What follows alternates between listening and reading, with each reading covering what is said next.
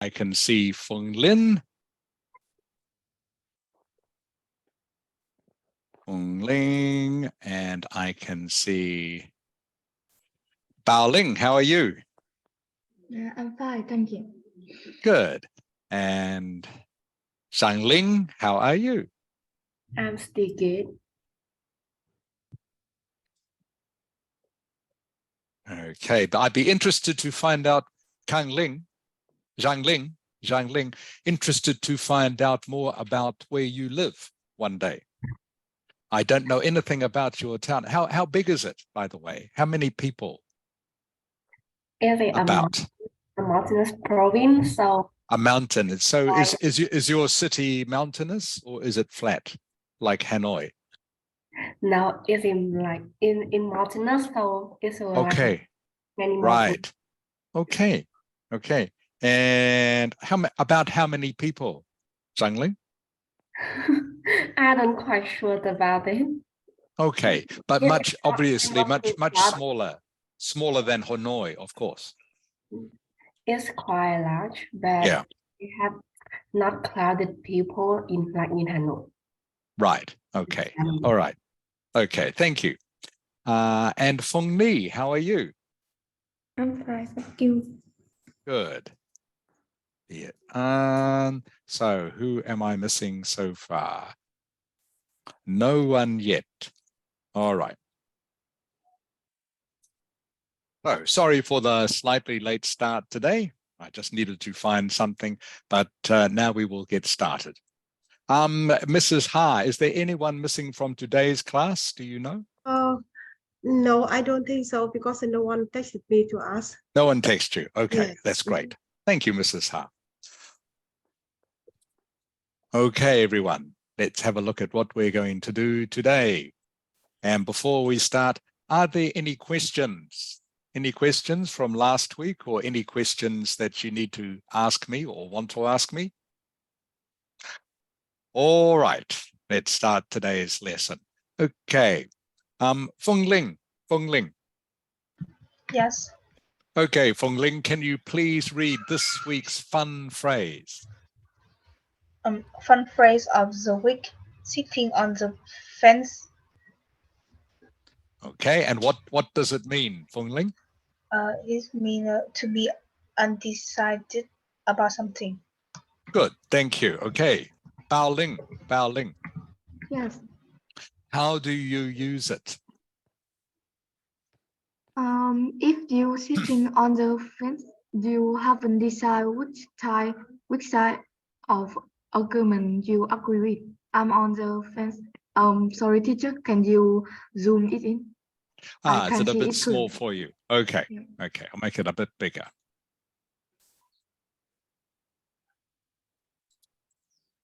Hang on just a moment.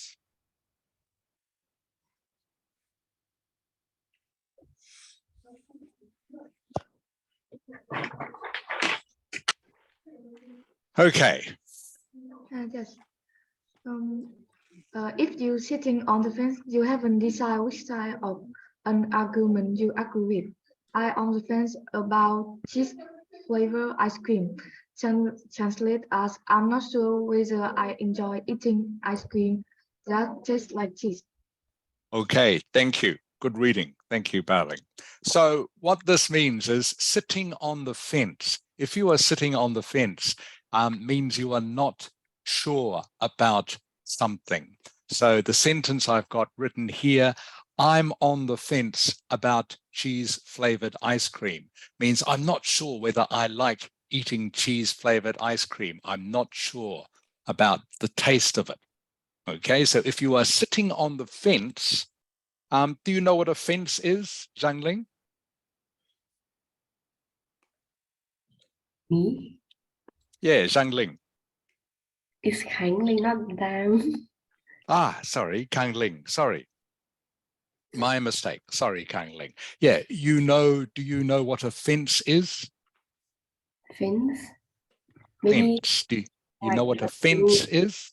The thing surrounded by your house? Yes, correct. Okay, a thing that is goes around your house is a fence. is a fence. Okay, so if you are sitting on top of the fence, it means like you are neither on one side or the other. So you're not, if you are sitting on top of the fence, you're not in your house, but you are not in the street either. Does that make sense? So it means you are not sure about something. If you are sitting on the fence, you are not sure about something. So I'm on the fence about cheese-flavored ice cream. Kang Ling, is there something that you are on the fence about? Is there something you are on the fence about? On the fence about Have a maybe think. breakfast. What should I eat? Bread or noodle that I'm Okay. Okay, good. So you would say, I'm on the fence about the best thing to eat for breakfast. Should I have bread or should I have noodle? Does that make sense, Kang Ling? Yes. Okay, so that's how it works. Feng Ni. Yes. Okay, Feng Ni, can you give me an example of something you are on the fence about, please? I'm on the fence about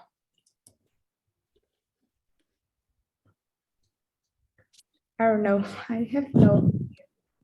Something you're not sure about. Okay. Anji, how are you? I'm fine, thank you. Good, good. So, Anji, I hope you have been following our conversation so far. What is something, Anji, that you are on the fence about, that you are not sure about? Something is sitting on the fence. This means like you haven't decided which side of an argument. Correct. Okay. So, can you give me an example for you, please? I'm on the fence about banh mi or bún chả. Good. Okay. I'm on the fence about banh mi or kum cha. Great. Thank you, Anji. Viet An. Yes, teacher. Yes, teacher. Can you give me an example of something you are on the fence about? I am sitting on the fence about go to school by motorbike or bicycle. Good, excellent. I'm on the fence about going to school by motorbike or by bicycle. Means you are not sure which one is best. Okay, means maybe they both have advantages, they both have disadvantages. That's great. Okay, so I hope you all understand what this phrase means now. Again, very common in English. If someone says to you, I'm on the fence about basketball or football. Okay, now you know what they mean. It means they're not sure whether they like basketball or football the most. All right, Feng Ling. I'm on the fence about reading book or going outside. Good. Okay, that's how you use it. What shall we do today? I'm on the fence about reading a book or going outside. Okay. All right, Feng Ling, while you are there, what does a food coma mean? What is a food coma? Food coma Means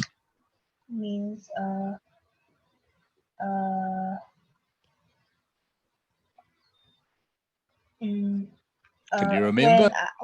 when I eat too much and I'm not feeling well. Correct. That's good. Okay. When you eat too much and you're not feeling very well. Okay. Bao Ling. Yes. Yes. Okay. Not out of the woods yet. We're not out of the woods yet. Bao Ling. What does that mean? We are trapped in the bad situation. We are still in a bad situation. Yes, we still have a problem.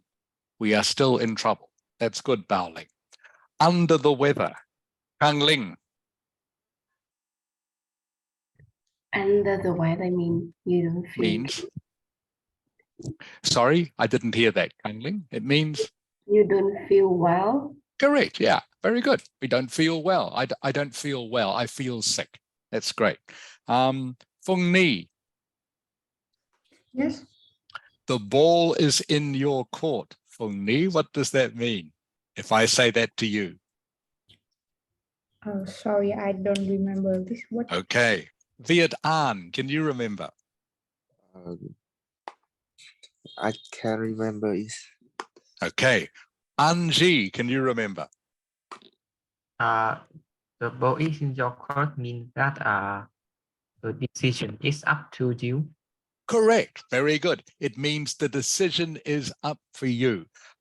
Shall we have banh mi or shall we have bread for breakfast? The ball is in your court. Means you decide, you choose. Normally, you would use this phrase, though, for something more important than just deciding what to eat for breakfast or lunch or whatever. It's usually to do with maybe a bigger decision than that, but doesn't have to be too big. For example, today, shall we go to the library or shall we go to the movies? The ball's in your court. All right. Hello, Trami. Hi. Hi, teacher. How are you, Trami? I'm fine, thank you. Sorry for the late because I have to go to my school for preparing the upcoming event. Or repairing the, what The did you say? upcoming event. Ah, you mean preparing. Yes, Remember, I think you said repair at the start. Is that right? It was the first thing you Yes. said to me. Yeah, so repair. What does repair mean, Trami? It's different from prepare. What does repair mean? It means I don't know means- how to. Oh, I don't know how to okay. describe it. Very easy. Repair means to fix something, to fix something that is broken. Yes. Repair. Repair means to fix something that is broken. Prepare means to get ready for something. Get ready for something. What were you preparing for, Trami? I was preparing for the stage. For the Stage. stage. Yes. Stage. It is You are a very preparing the big stage. event. Yes. Okay. What sort of event? It's a event of my club about like I don't know how to describe it in English. Please try, Trami, for me. As in, so what is your club? What is your club? It's the media club of my school. The media club, Yes. like MEDIA. Yes. Okay, and what does the media club do? Like it's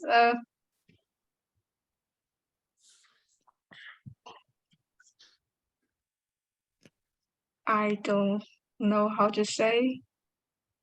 Okay. What sort of things, when you have a meeting of your club, what sort of thing do you look at or talk about? We fix the stage together and we like decorate the yard. Okay. And yeah, it's just like that. Okay. And this is what the media club does. Is that right? Not at all. It just prepare for the event. But normally we take a photo of the life of student in my school, and we post on the social media. Okay. On social media. Yes. Social. Can you say that for me, please, Trami? Social. Social media. Good. Okay, that's better pronunciation in English. Social media. Social media. Now I understand. Okay, thank you, Trami. Thank you for explaining. That's good. All right.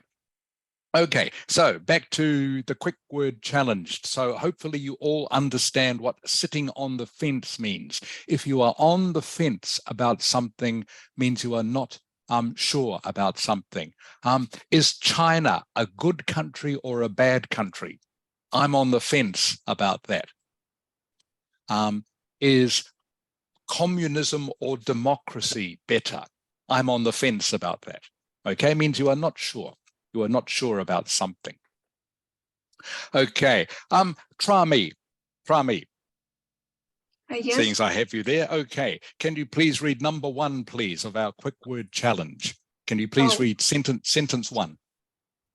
What or that? Is it fair what you say about young people today? Or is it fair that you say about young people today? Okay, try me. Which one is correct? Which sentence? Uh, What I- or that? I choose that. Hung Ling. I choose what is fair what you say about young people today. Bao Ling. I choose that. Kang Ling. I choose that. Fung Ni. I choose that. Viet An. I choose that. And Anji. I choose what? Okay, and the correct answer is what? It's fair what you say about young people today. It's fair that you say about young people today doesn't make sense. Okay, that is just the wrong word for that sentence. So it has to be, it's fair what you say about young people today. Okay, Fung Ling. Yes. Number 2, please. Number 2. It taught when I choose when. Okay, sorry, can you read the whole sentence, please, Fung Ling? It's taught when you live on your own. Yeah, or It's taught to you live on your own. okay, so in this sentence, okay, this word here is pronounced live. Live. Okay, Live. so it's tough, means it's difficult. It's tough when you live on your own, or it's tough to you live on your own. Which one is correct, Fung Ling? When. Bao Ling. I choose when. Kang Ling. I choose when. Fung Ni. I choose when. Viet An. I choose when. Anji. I choose when. And Tra Mi. I choose when. Okay, you're all 100% correct. Okay, it's tough when you live on your own. The other sentence doesn't make sense. Bao Ling, can you read number 3, please? For or by, my parents made the decision for me to study overseas, or my parents made me the decision by me to study overseas. Which one? I choose for. Okay, Kang Ling. I choose for. Fung Ni. I choose for. Viet An. I choose for. Anji. I choose by. Tra Mi. I choose for. And Fung Ling. I choose for. Okay, the correct answer is 4. It's 4. Anji. Anji. Yes. Yes, you chose by. Yes, because Yes. Why did you choose by? I don't know. I read and I feel like by makes sense. Right. Okay. So in this case, I'm sorry, it doesn't. Okay. My parents made the decision by me to study overseas. Doesn't make sense. Sorry. So it has to be my parents made the decision for me to study overseas, which means, of course, that your parents, they decided for you that you will go overseas. It means you didn't have any choice. My parents made the decision for me to study in Ho Chi Minh. Okay, the decision for me means they decide, you don't decide. Does that make sense, Angie? Yes. Okay. All right, Kang Ling. Kang Ling. Yes. Okay, number 4, please. Can you read the sentence, number 4? Choose or chose. Which one would you like to choose? Or which one would you like to choose? Okay, what do you think? Maybe choose. Okay. Phong Ni. I think it's choose. Viet An. I think it's choose. Angie. I think it's choose. Trami. I choose 2. Sorry, you choose 2. Choose. Yes. Okay. Okay. Phong Ling. I choose. Okay, and Bao Ling. I choose 2. Okay, that one was more easy. Okay, you are all right. It is choose. Which one would you like to choose, or which one would you like to chose? Okay, and of course, chose is past tense of choose, and it doesn't make sense in that sentence. I could say, which one did you? Okay, which one did you choose? The one you chose, I would have to make it into a sentence like that if I wanted to use it as past tense. But in this sentence, it is present tense, of course, so must be choose, must be choose.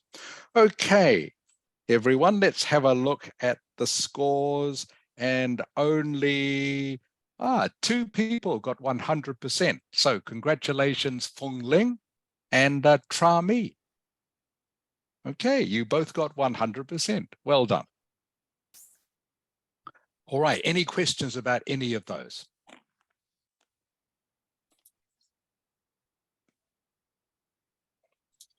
Right. So one more little test for you, and then we will get into today's speaking and listening exercises.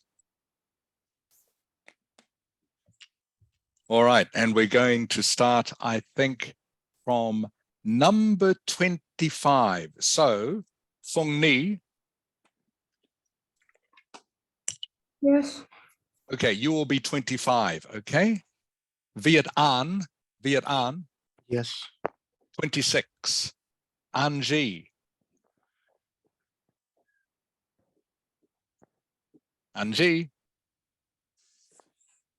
Yes. Yeah, you are 27. Tra Mi, 28.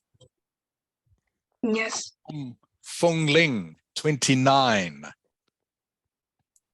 Bao Ling, 30. Yes. And Kang Ling, 31. Okay. Phong Ni, are you ready to start? Please read the complete sentence with the correct word. He's too shy to look people a direction when he talks to them. This is a little bit tricky. Yeah, I don't know. It actually needs another word in the sentence. Okay, needs a preposition somewhere else in the sentence. Can anyone tell me what the correct sentence should be before I tell you? Can anyone tell me? This is a little bit hard.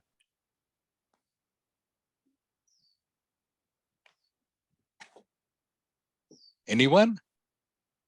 Okay. The missing preposition is at.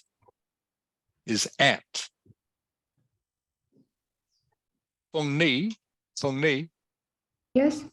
can you tell me where you think at should go in this sentence? I have no idea. Okay, can anyone tell me where the word at should go in this sentence?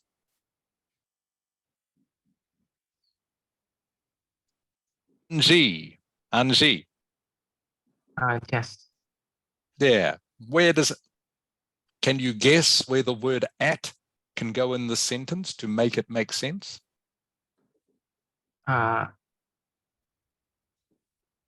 Look at. Think so.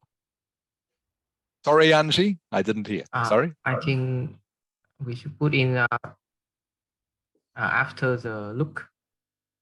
Correct. Yes, correct, Anji. Correct. You are right. Okay, so this sentence should be, he's too shy to look at people. In that case, Anji, can you complete this? What should this word be? I think it's he is too shy to look people directly when he talks to them. Very good, Anji. Very good. Okay, so this sentence is, he's too shy to look at people directly when he talks to them. Okay, that's what this sentence should be. So some of these sentences are going to require you to think of another word, usually a preposition. Okay, number 26, Viet An. Viet An. No, this needs another preposition too, Viet An.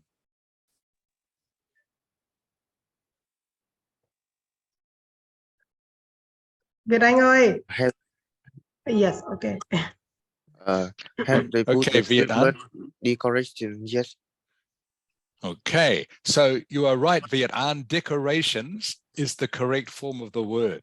Okay, but this sentence needs one more word to make it correct.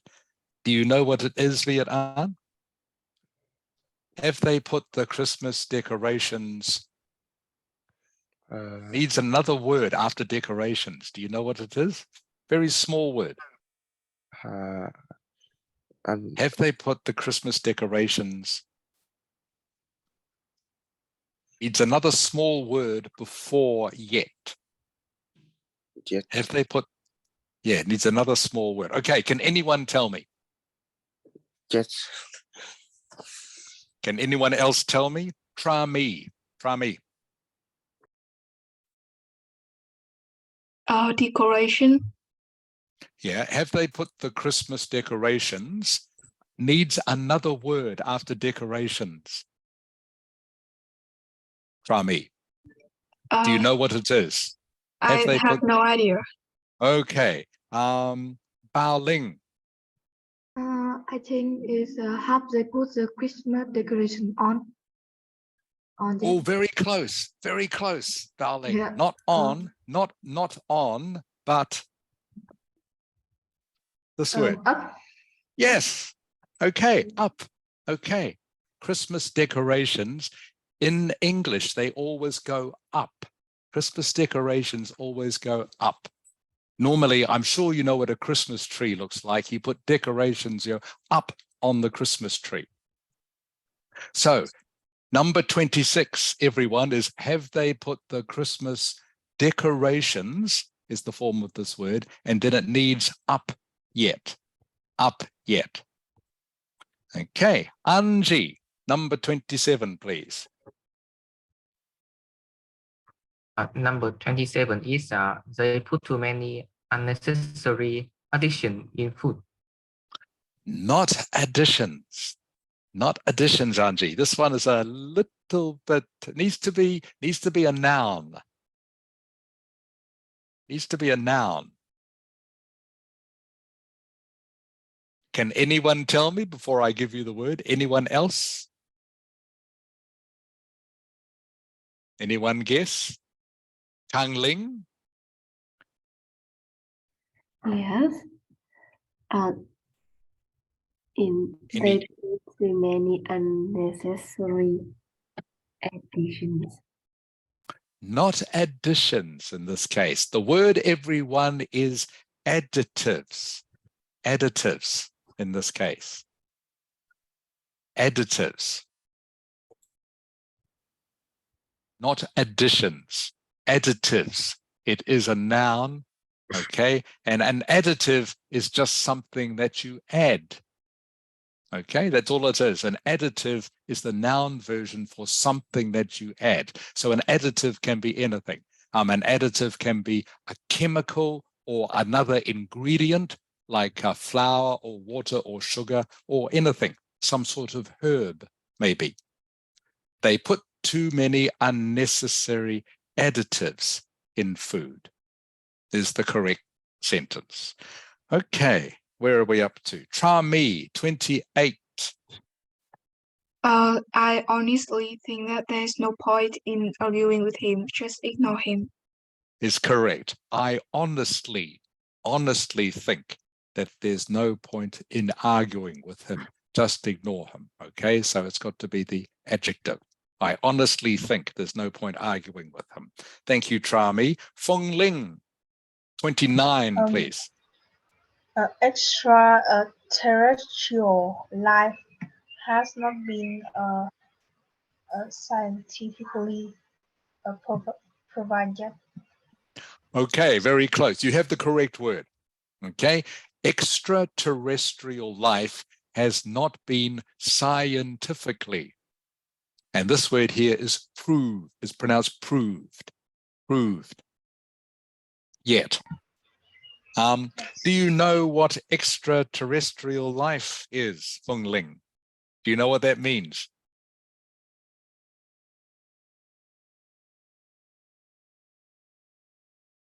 Feng Ling?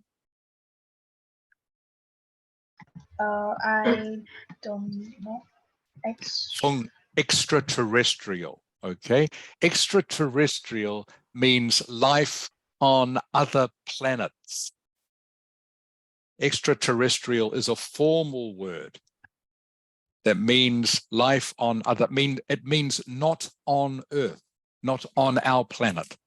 Something that is extraterrestrial is something that is somewhere else, but not on Earth. That's all it means. So it means life on other planets has not been scientifically proved yet. That would be one way of paraphrasing the sentence. Does that make sense, Feng Ling? Yes. Okay, good. All right, Bao Ling, number 30. Why don't you call the electrician if the light don't work? Correct. Why don't you call the electrician is how it's pronounced, if the lights don't work. Electrician. Okay, Kang Ling, 31. Music and televisions are forms of entertainment. Correct. Music and television are forms of entertainment is the noun. Very good, Kang Ling. Okay, just to be sure that you remember how these sentences should be constructed, Feng Ni.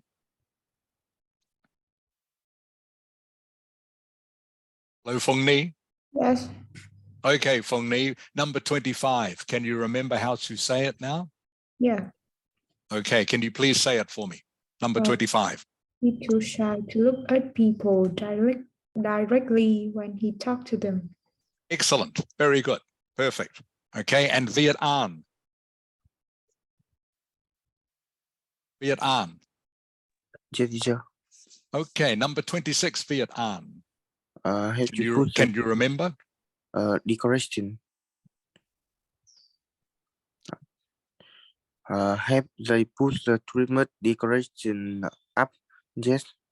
Correct. Very good, Viet An. Good. I'm glad you remember. Have they put the Christmas decorations up yet? All right. And the last one, Anji, number 27, please, Anji. They took too many unnecessary additives in food. Well done, Anji. That is correct. They put too many unnecessary additives in food. That's great. All right. Anyone got any questions about that? Okay.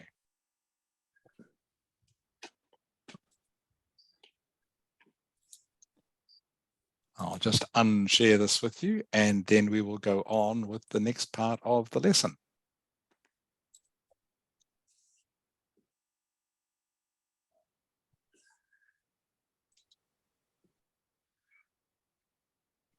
All right.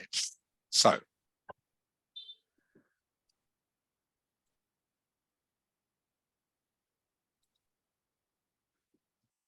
I'll just quickly share that last word with you, just in case you are not sure.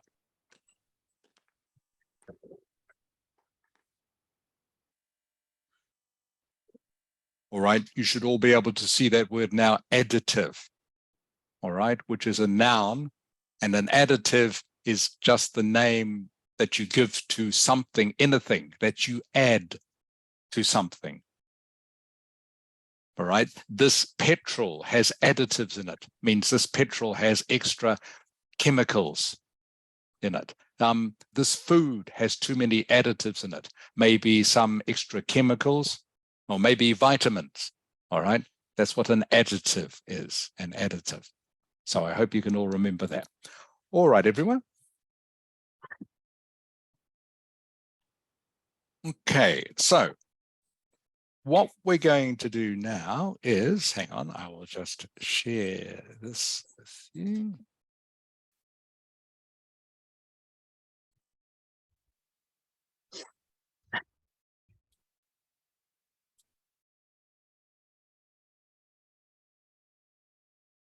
Okay. You remember last week, I hope you can all see this, by the way. Can everyone see this, or is it too small?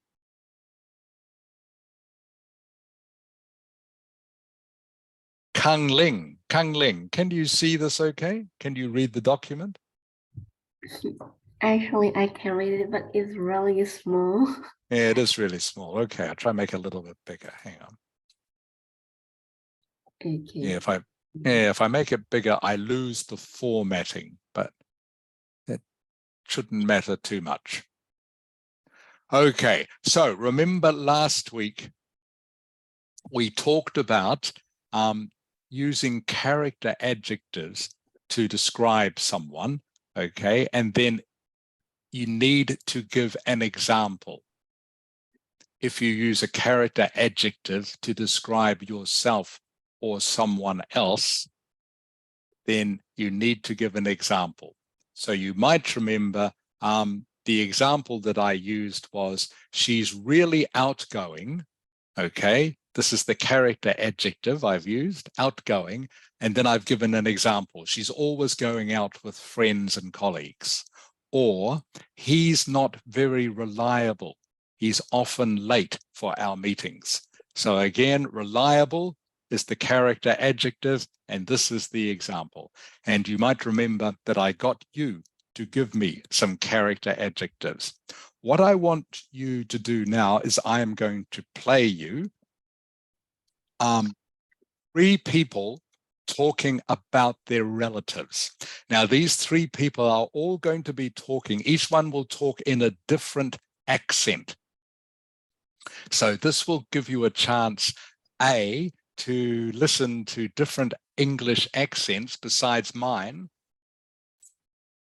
because in an exam, you don't know what accent you are going to be asked to listen to. So it's a good idea to listen to a different selection of accents so that your ears get used to them. And you will also hear some useful descriptions and describing words.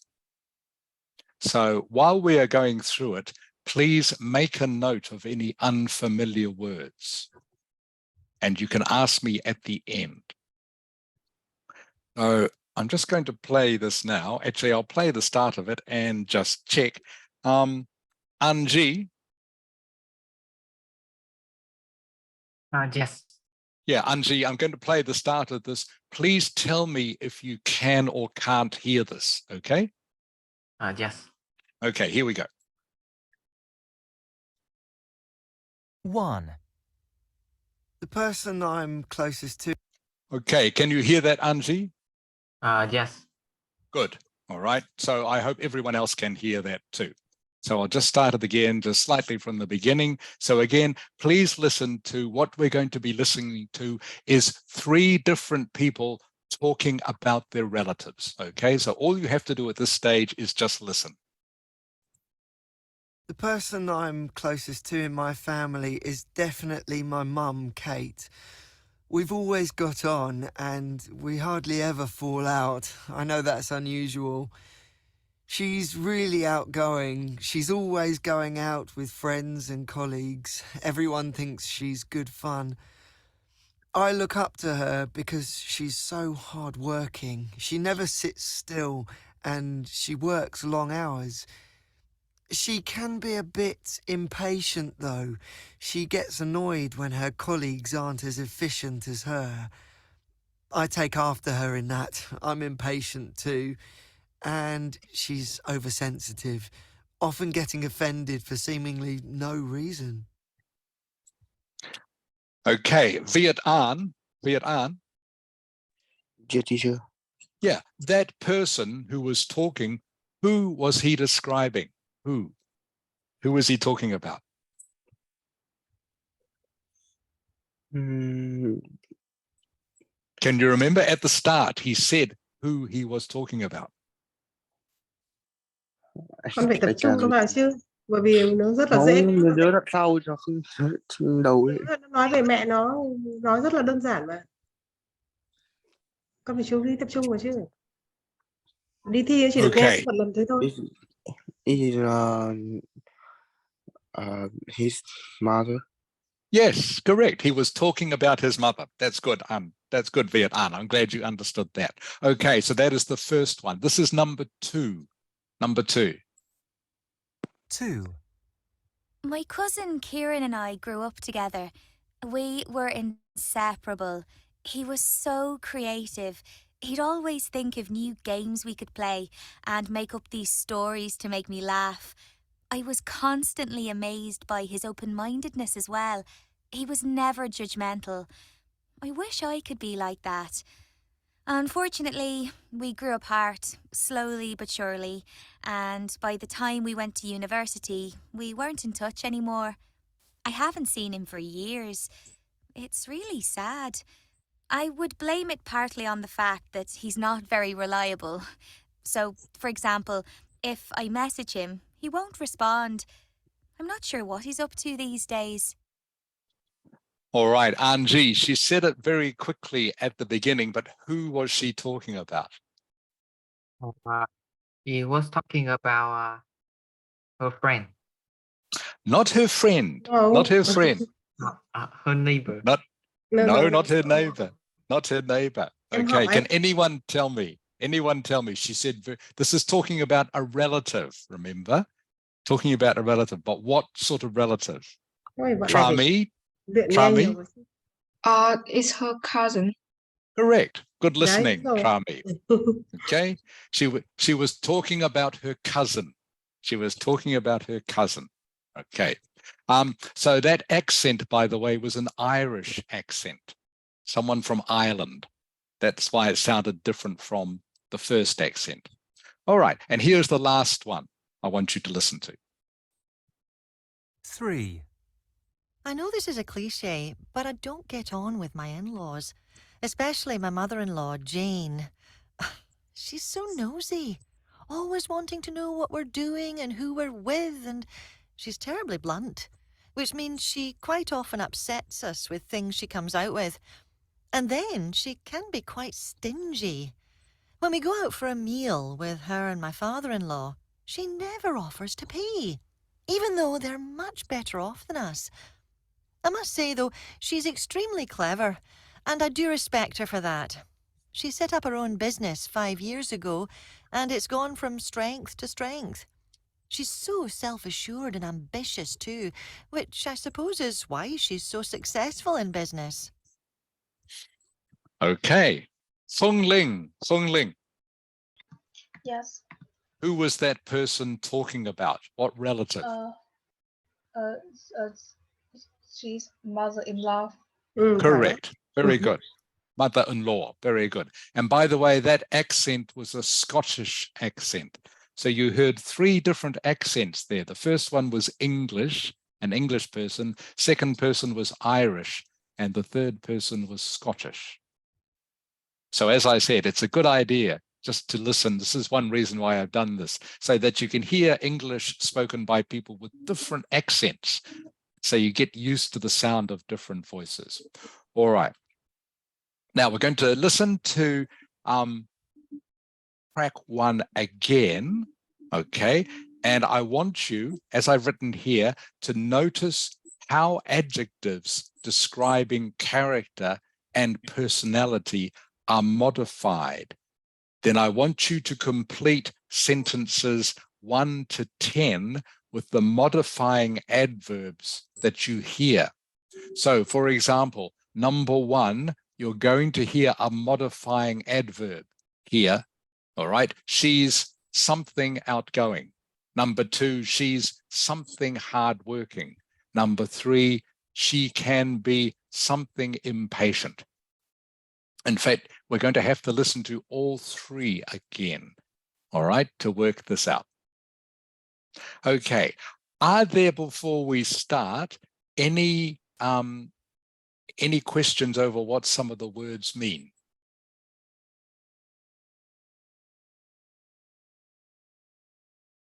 Okay, so we're going to start at the beginning again, and I want you to listen for the modifying adjectives. Now, I'll give you a clue to make it easier. You will see here, okay, the start of each sentence, she or he. All right, so I think, for example, in number two, the person was talking about their cousin, he. Okay, so in voice track 1, you're not going to hear the answers to 4 and 5 because voice track 1 is about a she. All right, so in voice track 1, you're going to be listening to 1, 2, and 3. All right, you're listening for the answers to 1, 2, and 3. Does that make sense for everyone, what I want you to do? All right, let's listen to number 1 again. Copyright HarperCollins Publishers 2019. Track 1. 1. The person I'm closest to in my family is definitely my mum, Kate. We've always got on and we hardly ever fall out. I know that's unusual. She's really outgoing. She's always going out with friends and colleagues. Everyone thinks she's good fun. I look up to her because she's so hardworking. She never sits still and she works long hours. She can be a bit impatient though. She gets annoyed when her colleagues aren't as efficient as her. I take after her in that. I'm impatient too. And she's oversensitive, often getting offended for seemingly no reason. Okay, so actually I'll start at the top of the list. Feng Ling, what are your 3 missing words, please? 3 missing words. So Feng Ling, can you read the sentence with the missing word? She's outgoing. Yeah, and what is the missing word?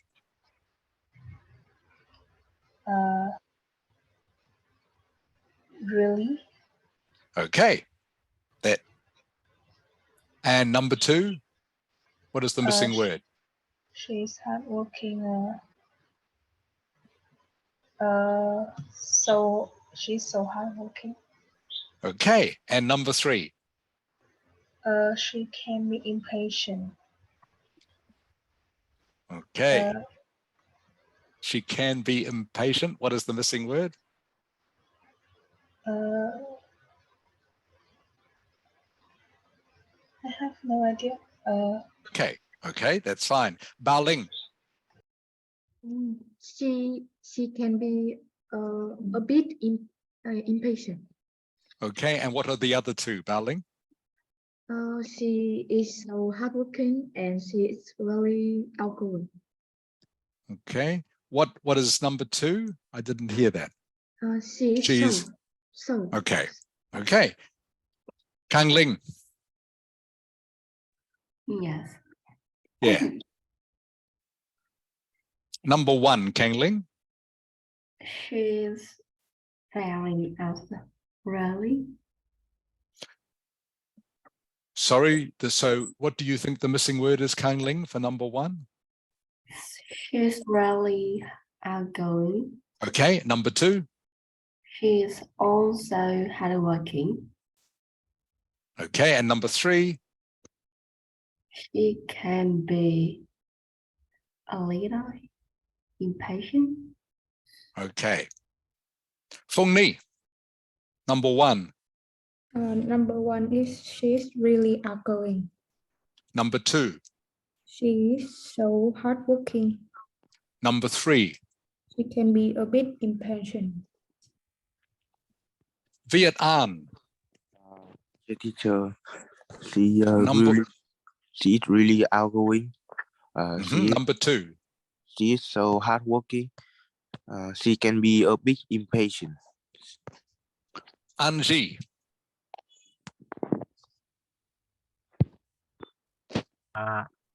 He is very nosy. No, we're looking at 1, 2, and 3, Anji. Yes. He is really outgoing, and she can be very impatient. All right. So sorry, your connection broke up a little bit, Anji. Can you do it again, please? One is she is very outgoing, and she is hardworking, and she can be really impatient. Okay. And Trami. One is she's really outgoing. 2, she's so hardworking, and 3, she can be a bit impatient. Okay. So the answers are: number 1, she's really outgoing. Number 2 is she's so hardworking. And number 3 is she can be a bit impatient.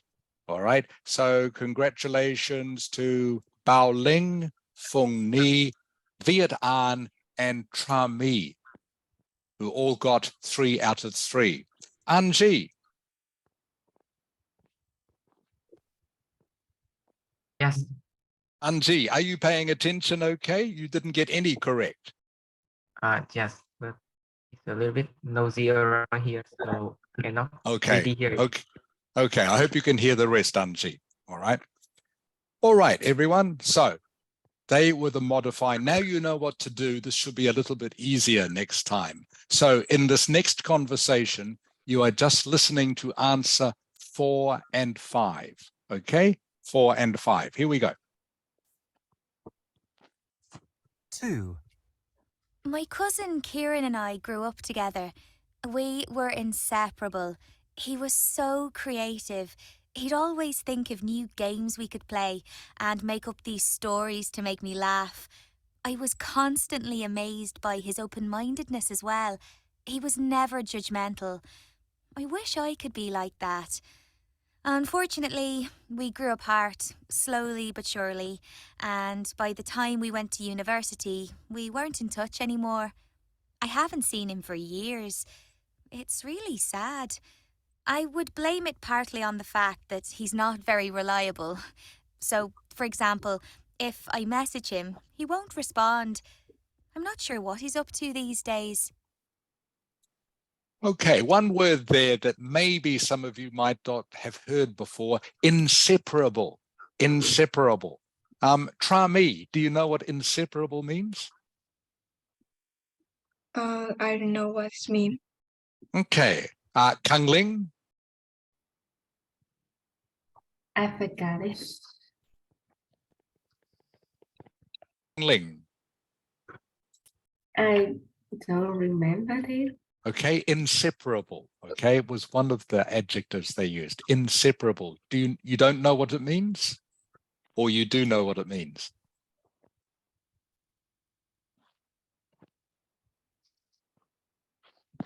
Kang Ling. I Hi. don't. Do you know what it means? You don't. Okay. I'll ask one more person. Anji. Anji. Inseparable, I think is they cannot be separate.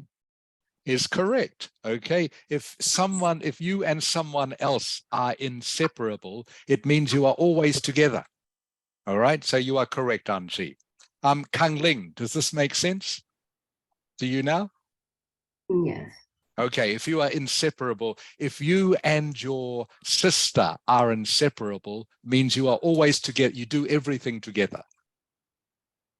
All right, Trami, does that make sense? Yes. Okay, if you do something, if you do with someone, everything, then you and that person are inseparable. You go everywhere together, you do everything together. That's what inseparable means. Useful to know these adjectives. And remember, by the way, these talks, okay, are examples of the sort of answer you would give in part 1 of the speaking test, when maybe the examiner asks you to describe one of your relatives.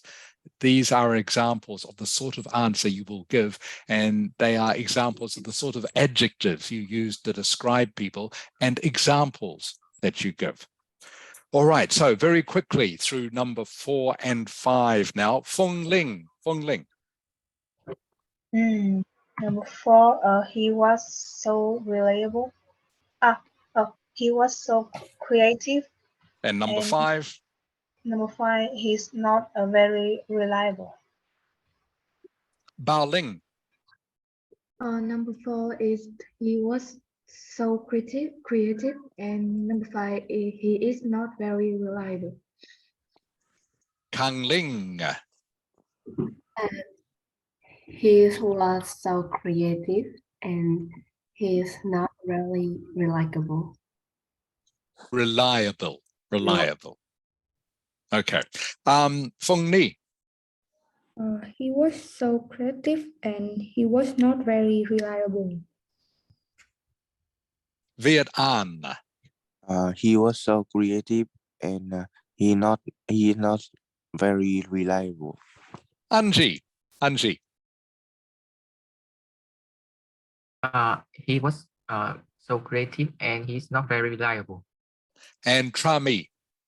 He was so creative and he's not very reliable.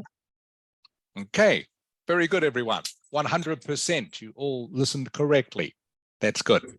All right, so last one of these. So obviously this time you are answering 6 to 10. 6, 7, 8, 9, and 10. All right, so you have to listen for 5 of them this time. Here we go. 3. I know this is a cliche, but I don't get on with my in-laws, especially my mother-in-law, Jane. She's so nosy, always wanting to know what we're doing and who we're with, and she's terribly blunt, which means she quite often upsets us with things she comes out with. And then she can be quite stingy. When we go out for a meal with her and my father-in-law, she never offers to pay, even though they're much better off than us. I must say, though, she's extremely clever, and I do respect her for that. She set up her own business 5 years ago, and it's gone from strength to strength. She's so self-assured and ambitious too, which I suppose is why she's so successful in business. All right, so you had to listen for a few more Collins this time. speaking for Ielts. Whoops. Okay. Feng Ling. Number 6. She's so nosy. Number 7. And number 7, I can hear clearly something Terry. Okay. Number 8. Number 8 is she can be quite stingy. Okay. Number 9. She's extremely clever. And number 10. Number 10, I have no idea. Okay. Bao Ling. Number 6 is she is so nosy. Number 7 is terribly blunt. And Number 8. Number 8 is quiet. And number 9 is extremely. Number 10 is so. Okay. Kang Ling. She's so noisy. She's terribly blunt. She can be quite stingy. She is extremely clever, and she's so self-absorbed and ambitious. Okay, so these words here, by the way, self-assured, which is a synonym for what, Kang Ling? Self-assured. If you are self-assured, what does that mean? I guess that is straight, maybe. I'm thinking of a word that begins with C, begins with C. If you are self-assured, you are, and do you think? C-O, Kang Ling, C-O, C-O-N, C-O-N, con. What is the rest of the word? If you are self-assured, you are con what? Okay, next letter, Kang Ling, is F. Next letter is F. Confident. Yes, if you are self-assured, you are confident. Self-assured and confident mean the same thing. Okay, and this one, Kang Ling, the second word is pronounced ambitious. Okay, ambitious, ambitious. Ambitious just means, I think we discussed this last week, it means you want to be successful. If you are ambitious, you someone really want to be successful. All right, thank you, Kang Ling. Fung Ni, number 6. Number 6 is she's so noisy. Number 7 is she's terribly blunt. Number 8, she can be quite stingy. And number 9, she extremely clever. And number 10 is she's so self-assured and ambitious. Okay, Viet An. Yeah, teacher. Number 6, she is so noisy. Number 7, she is terribly blunt. Number 8, she can be quite stingy. Number 9, she is extremely clever. Number 10, she is so self-assured and ambitious. Okay, that's good reading, Viet An. Just want to check a couple of pronunciations. This word here, by the way, is nosy, not noisy, not noisy. Noisy has an I in there, so it's nosy. Remember, nosy means you are looking into other people's business, okay? Something that is nothing to do with you, if you are nosy, all right? And this word here is stingy. So the G has a soft sound. So it's not stingy, it is stingy, stingy. All right, thank you, Viet An. Anji. She is so nosy. She is terribly blunt. She can be quite stingy. She is extremely clever, and she is so self-assured and ambitious. Okay, and Trami. She's so nosy, and she's terribly blunt. She can be quite stingy.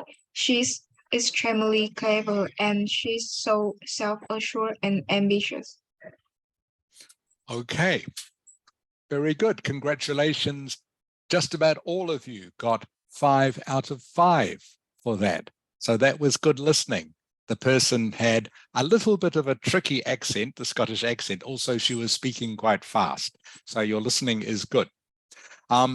So I just want to check with you that you understand what some of these modifiers mean.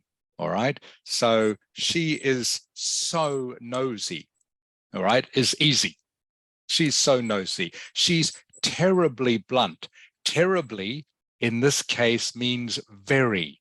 She's very blunt. She is terribly blunt. Terribly is a word that you use as a synonym instead of saying very.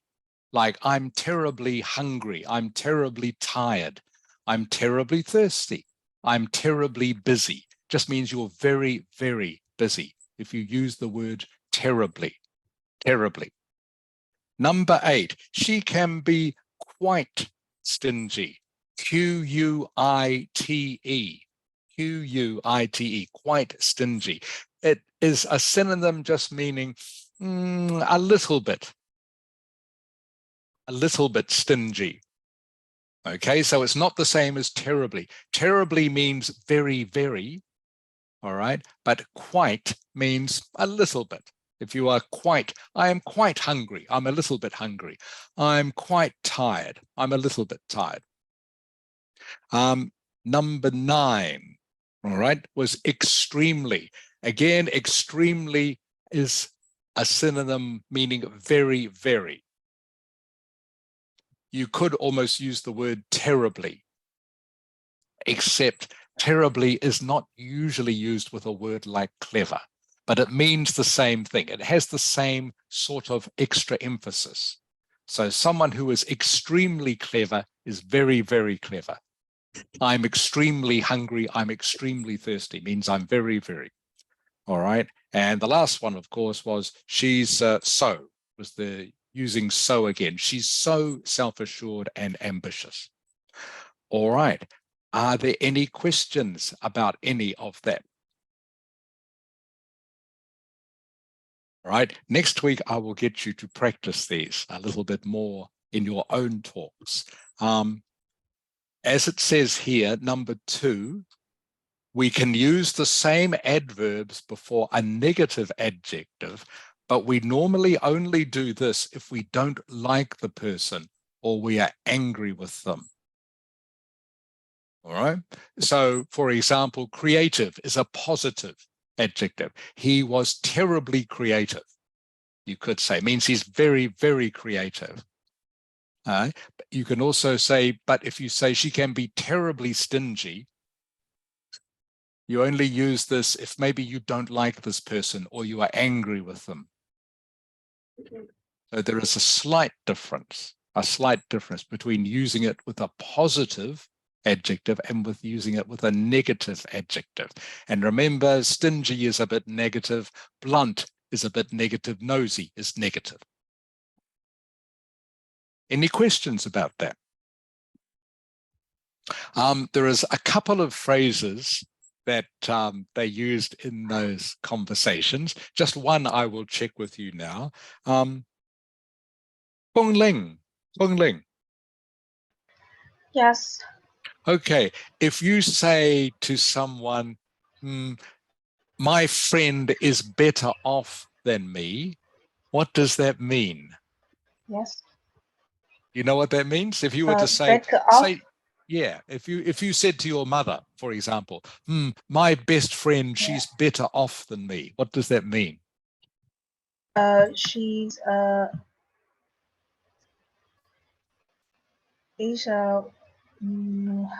has have more money. Yes, yes, you're exactly right. Someone who is better off with you just normally means they are richer than you. Okay, yes. So better off is just a synonym for having more money, like you said, or being richer. All right, someone who is better off than you is richer. Doesn't have to be money, by the way, but it is usually money. It can be something to do with, for example, being clever. She's more clever than me. She's a bit better off than me because she's more clever. All right.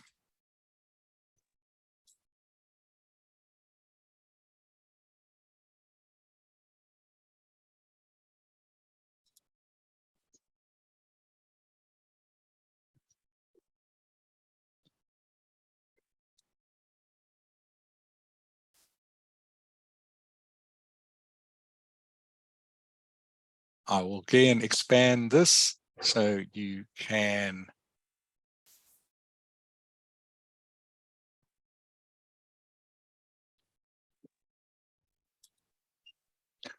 okay. And number 3 here.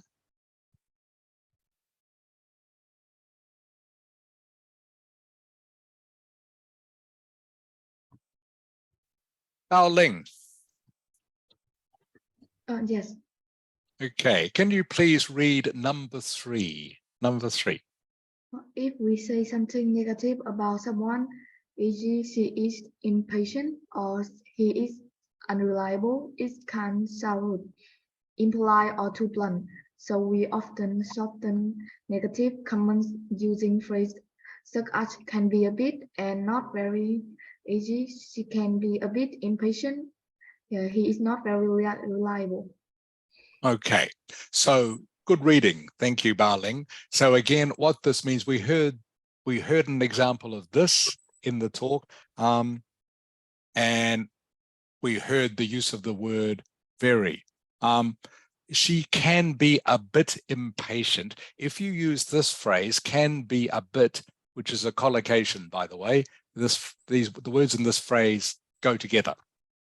She can be a bit impatient. It softens. It makes what you are saying about them a bit softer when you are saying a negative thing. Okay. She can be stingy. All right. It's quite a blunt thing to say. It means this person is bad. They are stingy. But if you say she can be a bit stingy, it means just a little bit softer. It means she can be stingy sometimes, but not always. Same with he's not very reliable. Right? It means he's reliable sometimes. So the use of these phrases here, they are softener phrases, if that is a correct expression. I think it is. Softener phrases. Okay, it makes what you are saying about someone, it softens your criticism of them. So these are pleas worth remembering. All right. If you want to show that you are fluent at English, it's good to know phrases like this. Can be a bit.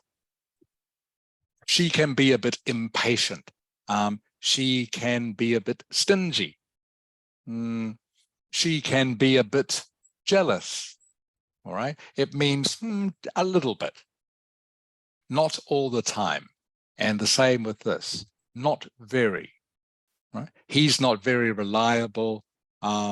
He's not very creative. He's not very hardworking. All right, just softens that criticism a bit. So that's why it is very useful to use these phrases.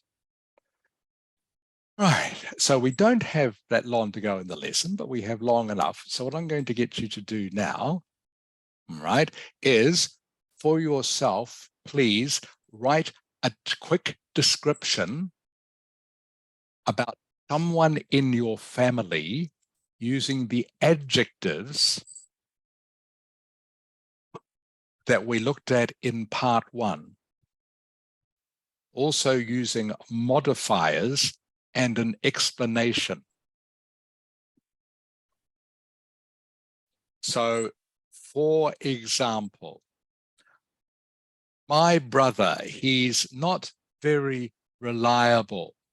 Often he forgets to message me or send me emails about how he is doing. Okay? So that's all I want you to do now, and I want you to read it to me. So this is quite short. So that was my example for you. My brother, all right, he's not very reliable. Okay, so I've used the modifier very. He often forgets to send me messages or emails about how he is getting on. So I've given an explanation.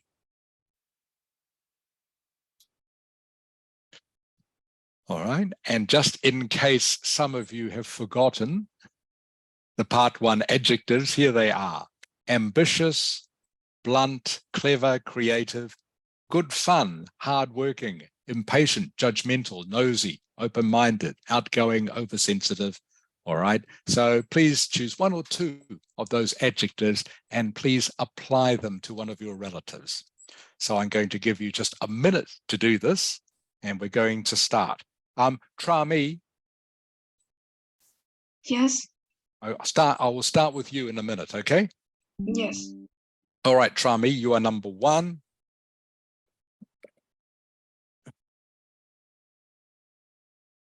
You'll go first. Trami, Phung Ling, Bao Ling, Hang Ling, Phung Ni, Viet An, An Ji. You will be last.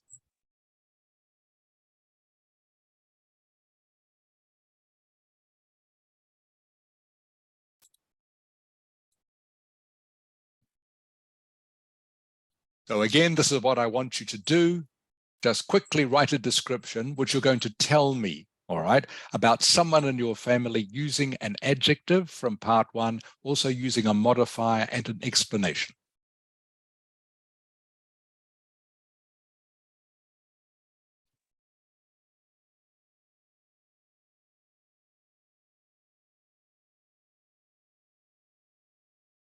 Okay, Trami, are you ready to go?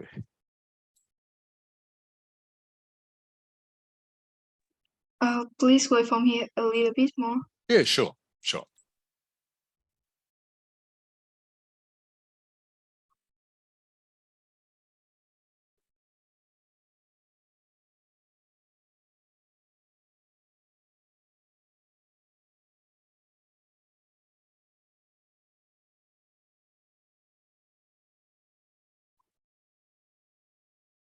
And again, remember, modifiers are words like really.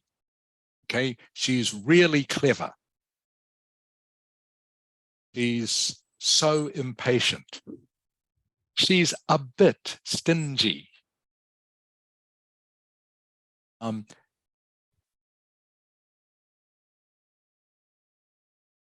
She's terribly ambitious, meaning very, very. Or she's quite ambitious, meaning a little bit ambitious.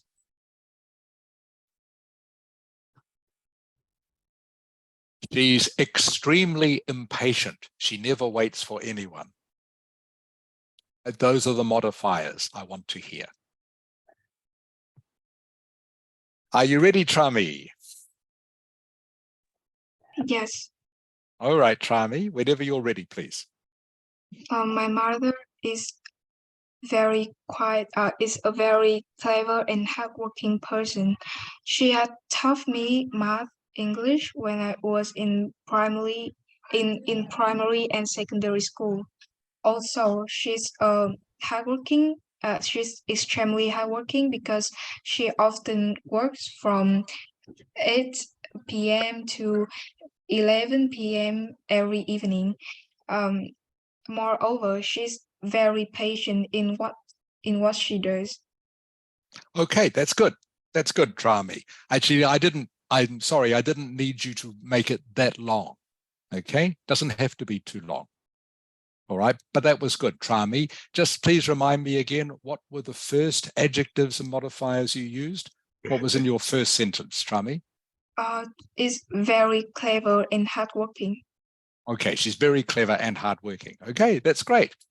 All right, so you use the adjectives clever and hardworking, for example, and what were the other modifiers you used, Trami? Is very patient. What else? You use some other ones as well. What else? I use very patient. Yeah. And anything else? I'm sure I heard you say something else. You didn't just use very as a modifier. You used other ones as well. Extremely hardworking.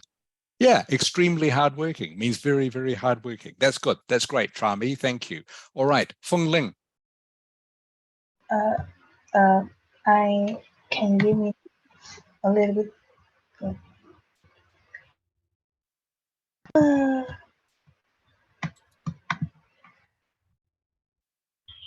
I need more time. You need more. Okay, so it doesn't have to be very long, Phung Ling. Okay, doesn't have to be very long. Just a couple of sentences.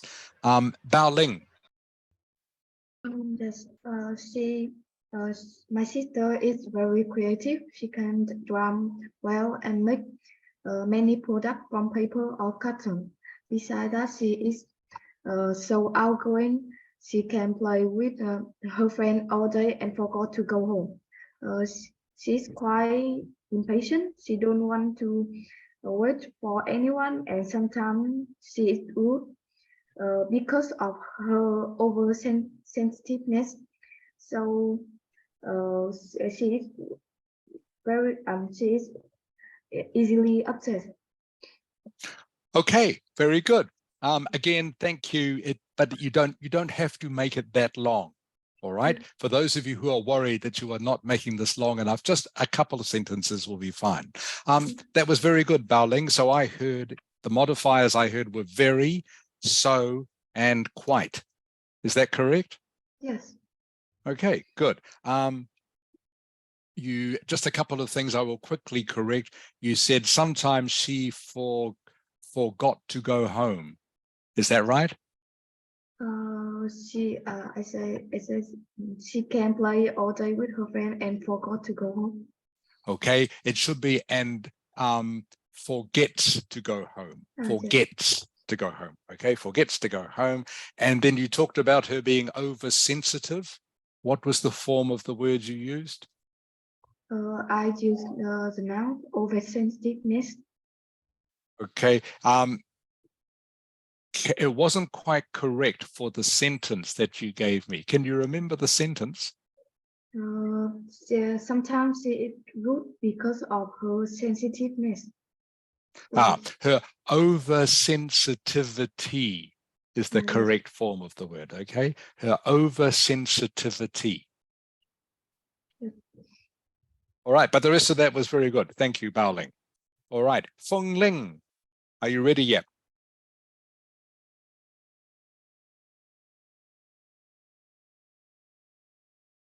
Hello, Feng Ling. Okay, I'll come back to you. Kang Ling. Yes. Okay, are you ready, Kang Ling? Yes. Okay. My mom is very hardworking. She's always tells me to done everything before going out, but she can be a bit impatient when I hang out with friends and come home late after the curfews. So that time she's really impatient to call me. But I will look up to her because she's really clever. She's always show that she can solve every problem in her life, and I really I really appreciate it. Okay, good, Kang Ling. So the modifiers you used, I heard, were very and really. Did you use any more? And I use a bit impatient. You did too, okay? That's great. As a bit impatient, right? Means she's a little bit impatient sometimes, all right? That's very good, Kang Ling, all right? You said she always helps me to, I think you said done everything in your second sentence. Is that right? It should be do everything before I go out. Was that your sentence? She helps me to done everything before I go out. Is that what you said? She tell me to do everything. Yeah, should be do everything. Yeah, should be to do everything. Do everything. Need to use do. All right. Very good, Kang Ling. Thank you. Okay. Feng Ni. Yeah. My father is very good one. He always tell me about interesting story and makes me laugh. Okay, my father is very good fun. He always tells me about interesting story, needs to have a what on the end of story. Feng Ni? I don't know. Can you guess? Easy, this one. You should know. You should know this. This is easy for you. He always tells me interesting.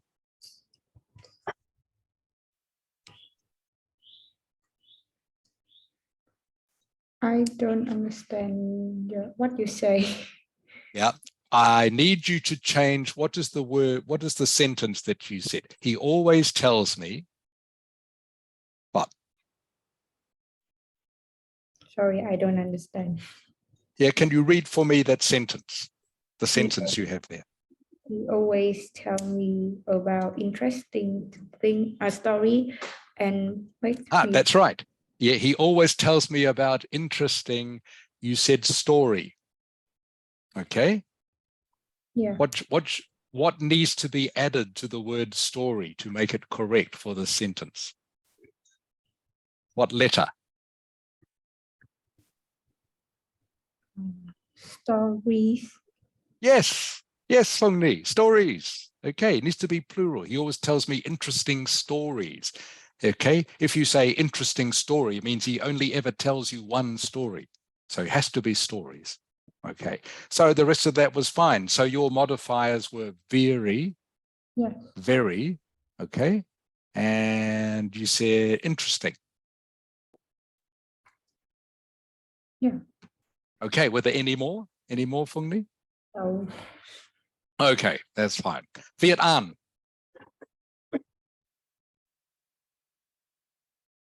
Yes, teacher. Okay, Viet An, are you ready? Yes. My friend is very reliable because he is a class president. He can be a bit angry. He is very intelligent and hardworking. He is extremely ambitious, so many people don't like him. I'm finished. Okay. Okay, have you finished? Sorry, Viet An, is that the end? I'm finished, yes. Okay, good. All right, so I heard you say very, and I heard you say a bit, and I heard you say extremely. Okay, so they are good modifiers. That's very good, Viet An. I just want to check a couple of your pronunciations. Viet An, can you please say reliable for me? Reliable. Reliable. Good, reliable. And you talked about him being class president. Is that right? Yes. Okay, can you please say president for me? President. President, president. President. Good, it has 3 syllables. All right, president has 3 syllables, that word, president, president. One more time, please, Viet An. President. President. Again, please. President. Good, president, president. That's great. Thank you, Viet An. Anji. My sister is a very outgoing person, and moreover, she is really reliable, and she's pretty ambitious, but she's very hardworking, and she is incredibly reliable person. Okay, very good, Anji. So Anji used a couple of modifiers we haven't actually covered yet, but the first one of those was pretty, Anji, wasn't it? Pretty. Yes. Yes, okay, so everyone, pretty means, again, it means, pretty mean, if you say something is pretty good, okay, you mean it's not very, very good, but it's, yeah, it's okay good. All right. I'm pretty hungry means I'm sort of hungry. All right. Not too much. Someone who is pretty good or is pretty clever means they're quite clever, but not too clever. So pretty, again, is a good modifier. Pretty, pretty, P-R-E-T-T-Y. The other meaning of the word pretty, by the way, is beautiful. You can say she is very pretty. So there are 2 meanings for that word, but you can use it as a modifier to mean a little bit. He is pretty stingy. Okay, he is a little bit stingy. And the other one Anji said was incredibly, which is a synonym which means the same as terribly. She's incredibly reliable. She's incredibly hardworking. Just means she's very, very hardworking. That was good. Thank you, Anji. All right, Feng Ling, you're the last one. Feng Yes, Ling. I'm here. Okay, are you ready? Yes. I have a younger brother. He is very playful and naughty. Sometimes I get a bit angry with him, but he always shares toy and food with me. Okay, is that the end? Yes. Okay, that's good. Sometimes I get a bit angry with him, okay? Means I get a little bit angry with him, not much. Okay, that's very good. Very good, Fung Ling. All right. I'll just stop sharing with you now. Okay, everyone. Are there any questions about what we have just covered in this lesson? We've looked again at personal characteristics, the sort of adjectives you can use when you're describing someone: blunt, stingy, impatient, reliable, clever. All right, there are hundreds of them. But these are the sort of words that you need to know for when you are giving a talk about yourself or someone else. And you also need to use modifiers to show how good your vocabulary is. And remember, modifiers are words like so and terribly and quite. He's terribly ambitious, right? She's quite stingy. He's extremely clever. So it's good to know these modifying words as well, again, to show how good your vocabulary is. So we will continue with more of this next week. Tra mi. Yes. Okay, can you stay for 1 minute, please, Tra mi? Yes. Great, thank you. All right, everybody. Mrs. Ha, do you have anything to say to our students before we go? No, thank you, teacher. Okay, please, can you all turn your cameras on? Those of you who have turned them off. So for the end of the lesson. Thank you. All right. Bao Ling, what are you doing this afternoon? I just sleep, maybe. You'll go to sleep. All right. Kang Ling. Yeah. Kang Ling. Okay. Yeah. What are you having for lunch, Kang Ling? I don't know yet. Okay. Who was making lunch, your mum or your dad?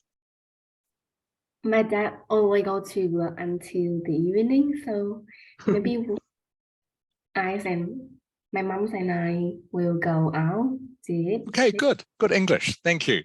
All right. Fung Ni. Yes. Was school going, Fung Ni? How is school going for you? My school. Yeah, how is school going for you? You understand the question? Oh, sorry. Okay, it means if I say how is, it means how are you feeling about school? I think when I go to school, I'm very tired. Awake. Okay, very tired. Okay, so if I say, how is school going for you? You just say, I'm very tired. How is school going for you? All right, Anji. What are you doing? What are you doing this afternoon, Anji? This afternoon, I'm going to a class to study. Okay, what class? It's a math class. Okay, all right. I hope you don't have to study too hard, Anji. All right. And Fung Ling. Yes. What are you having for lunch, Fung Ling? I don't know. What is your favorite lunch?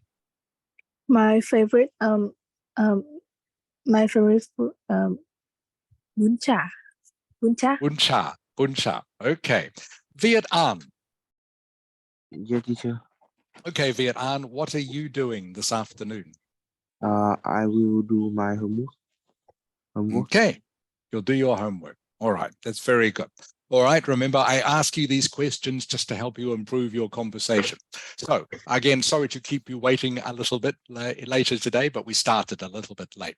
So thank you, everyone. As always, remember, if you have any questions about what we are doing in the class or any questions about the subjects or topics we have covered, please, you can email me or talk to Mrs. Ha. Otherwise, please have a very happy week. Look after yourselves, and I will see you next Sunday. Thank you, everyone. Bye.